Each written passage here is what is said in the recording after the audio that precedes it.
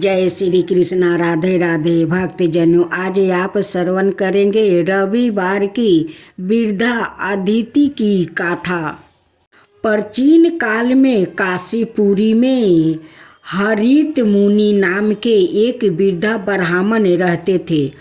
भगवान सूर्य के अनाय भक्त थे। भगवान सूर्य की नृत्य आराधना और पूजा ही उनके जीवन का मुख्य व्यापार था।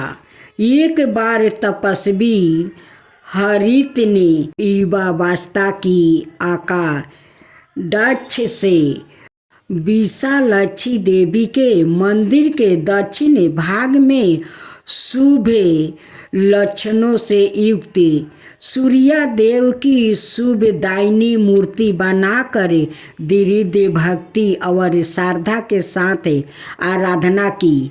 ब्राह्मण की तपस्या से प्रसन्न होकर भगवान भक्सर प्रकट हुए। उन्होंने हरित मुनि से कहा, मुनि, तुम्हारी तपस्या से मैं तुम पर अत्यंत प्रसन्न हूँ। तुम अपने इच्छा अनुसार वर मांगो। मुनि ने कहा, भगवान, यदि आप मुझ पर प्रसन्न है तो मुझे पुण्य युवावस्था प्रदान करें। युवावस्था प्राप्त होने पर मैं उत्तम तपस्या करूँगा, क्योंकि तपस्या ही श्रेष्ठ धन है, तपस्या ही श्रेष्ठ धर्म है, तपस्या ही श्रेष्ठ काम है और तपस्या ही श्रेष्ठ मोक्ष है। जितेंद्रिया पुरुष तपस्या करने के लिए ही चिर अस्थायी आहु चलते हैं और मोक्ष के लिए ही उत्तम ज्ञान चाहते हैं। अतः उस श्रेष्ठ तपस्वी की सिद्धि के लिए ही मैं आपसे युवावस्था की याचना करता हूँ। भगवान सूर्य ने एम अस्तु कहकर ओ वृद्धा हरित के बुढ़ापा दूर करके पुण्य की साधन भूत युवावस्था प्रदान की।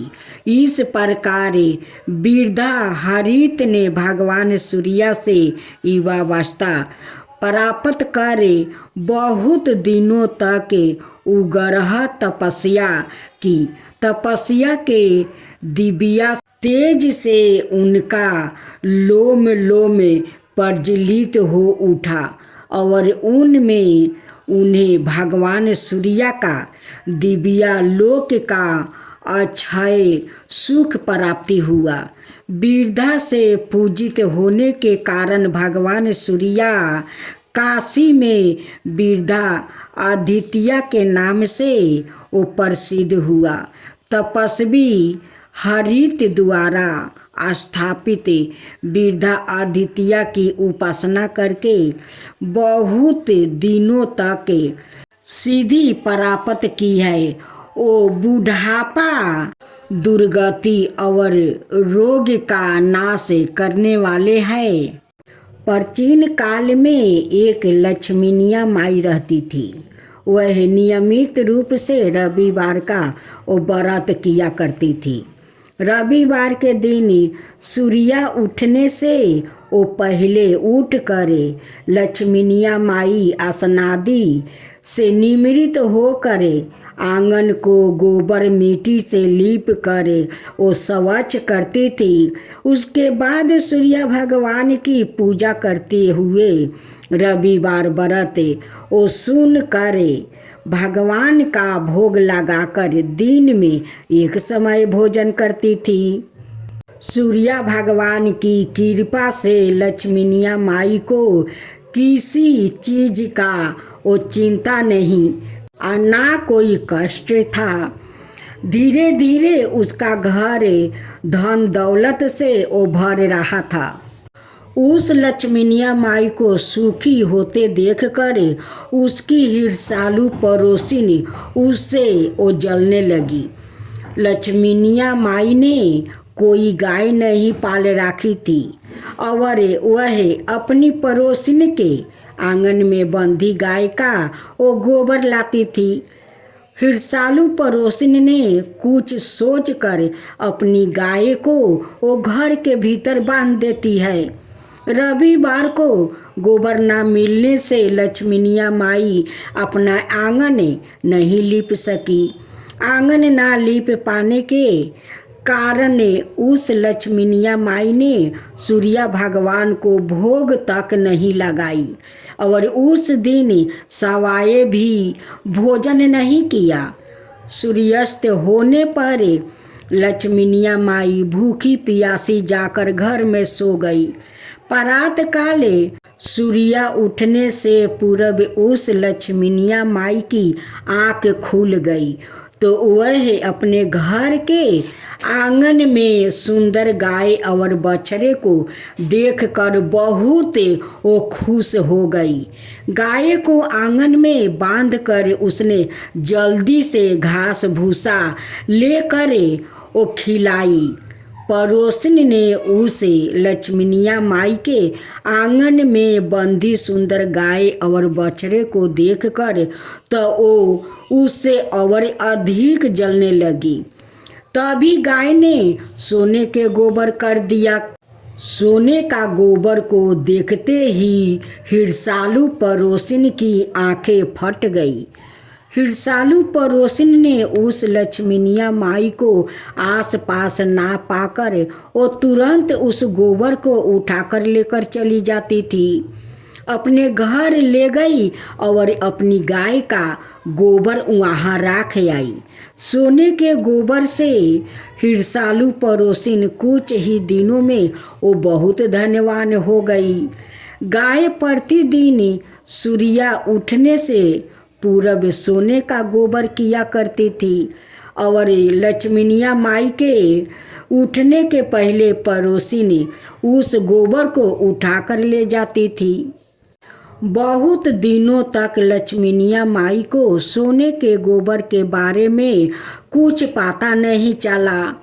लक्ष्मीनिया माई पहले की तरह हर रविवार को भगवान सूर्य देव का वो व्रत करती रही और कथा सुनती रही।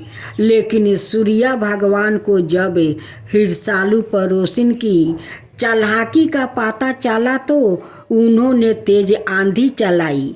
आंधी का प्रकोप देखकर लक्ष्मीनिया माई गाय को घर के वो भीतर बांध दिया। सुबह उठकर लक्ष्मीनिया माई ने सोने का गोबर देखी तो उससे बहुत आश्चर्य हुआ। उस दिन के बाद लक्ष्मीनिया माई गाय को घर के भीतर बांधने लगी। सोने के गोबर से लक्ष्मीनिया माई कुछ ही दिन में बहुत धनवान हो गई। उस लक्ष्मीनिया माई की धनी होने से हिरसालू पड़ोसी ने बुरी तरह जल भूनकर वो राख हो जाती है और उसने अपनी पति को समझा बुझा कर उसे नगर के राजा के पास भेज देती है।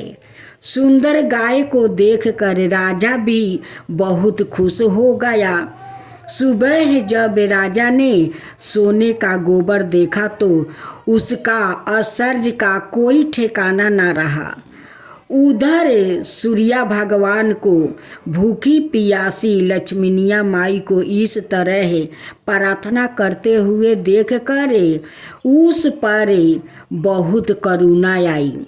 उसी रात सूर्य भगवान ने राजा को सपने में कहा कि राजन, लक्ष्मीनिया माई की गाय वो बछड़ा तुरंत लौटा दो, नहीं तो तुम पर विपत्तियों के पहाड़ टूट पड़ेगा, तुम्हारा महल नष्ट हो जाएगा, तुम्हारा मैं सर्वनाश कर दूंगा।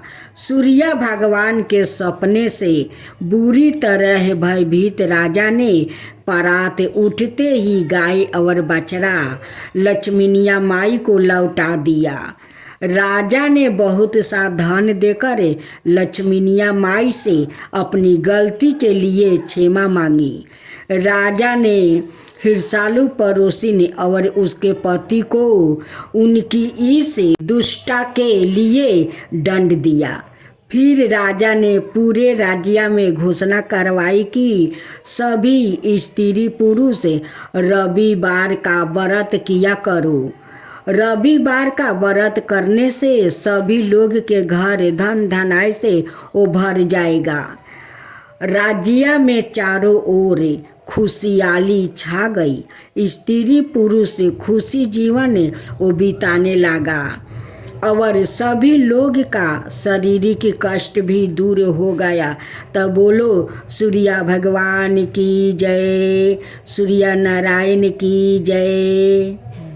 साथियों, आइए सुनते हैं सूर्य देव की कहानी। सूर्य देव की जिनके जन्म लेते ही डर कर भाग गया था राक्षस से, शिव जी ने त्रिशूल से कर दिया था 3 टुकड़े। तो आइए सुनते हैं सूर्य देव की कहानी। अभी कुछ देर पहले तक तो काफ़ी रोशनी थी, सब कुछ साफ साफ नजर आ रहा था। अब यह अचानक क्या हो गया? धीरे धीरे ये उजाला कम होता गया और फिर जब तो अंधेरा इतना है कि हाथ को भी हाथ नहीं वो सूझता है। ऐसा क्यों हुआ? यह भी कोई एक दिन की तो बात नहीं, कल भी ऐसा ही हुआ था, परसों भी और उससे पहले भी। क्या अब आने वाले कल भी ऐसा ही होने वाला है? पहले रोशनी और फिर धीरे धीरे अंधकार।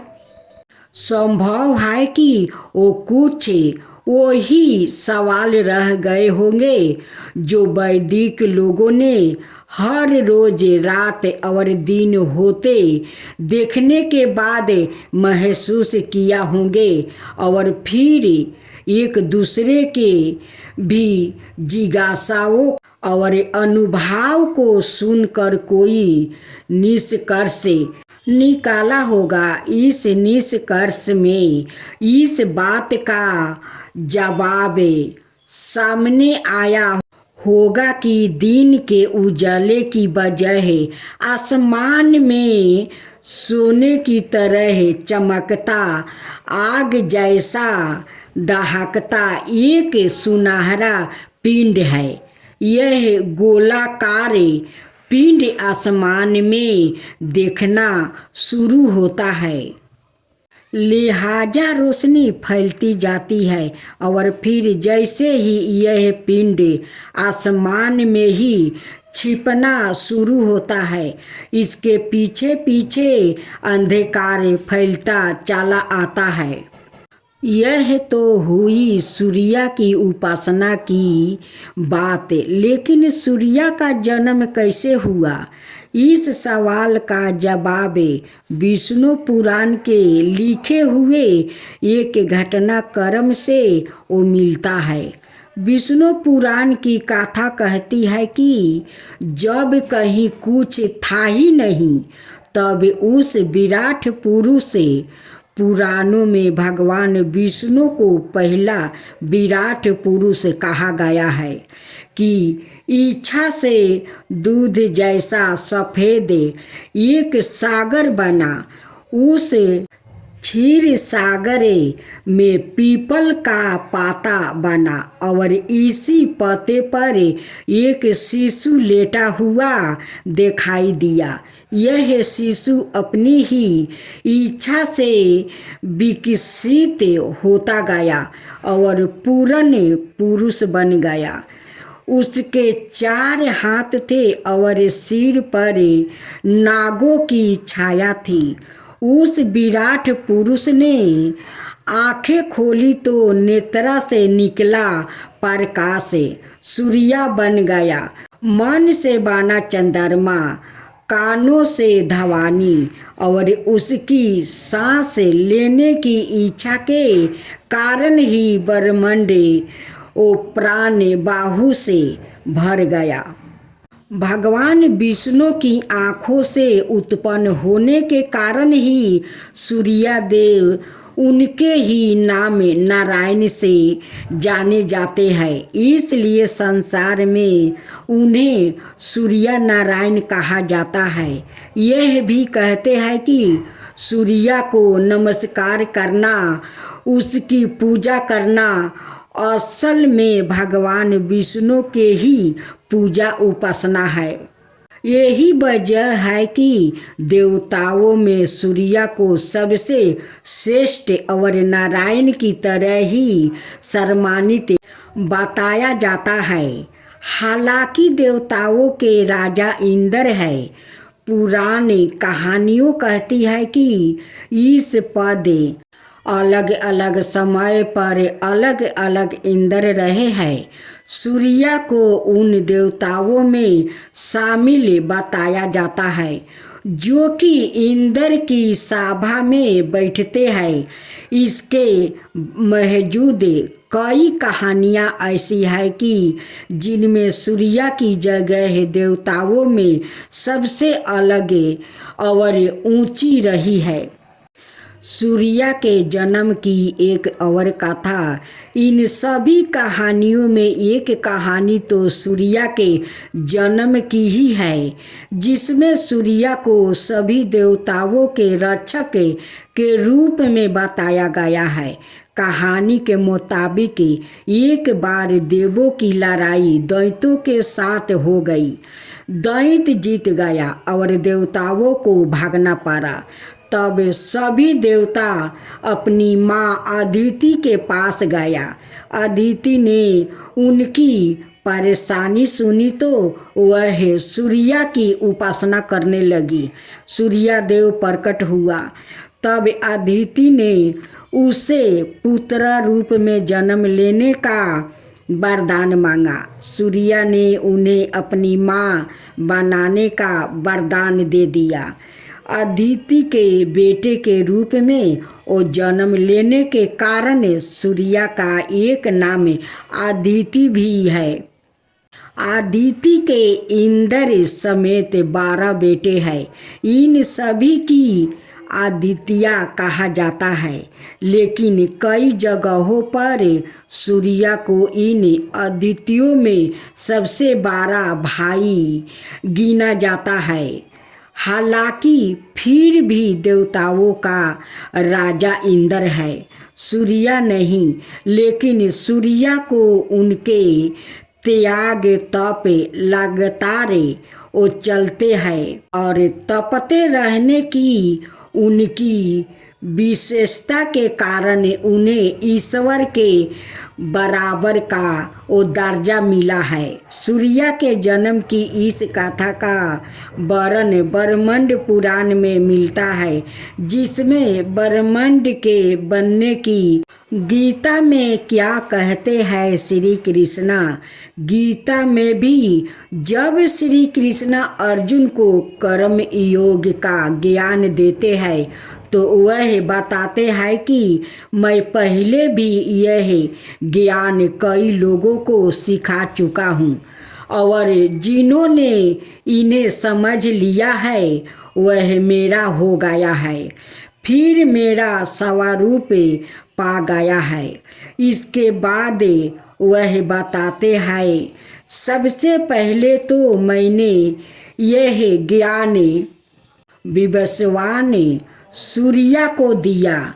सूर्य ने कर्म योग मनु को सिखाया और मनु ने अपने पुत्र इक्ष्वाकु को इसका ज्ञान दिया। अब मैं यही ज्ञान तुम्हें देता हूँ, लोगों को सिखा चुका हूँ और जिन्होंने इसे समझ लिया है वह मेरा हो गया है। यह फिर मेरा स्वरूप पा गया है। इसके बाद वह बताते हैं, सबसे पहले तो मैंने यह ज्ञान विवासन सूर्य को दिया। सूर्य ने कर्म योग मनु को सिखाया और मनु ने अपने पुत्र इक्ष्वाकु को इसका ज्ञान दिया अब मैं यही ज्ञान तुम्हें देता हूँ।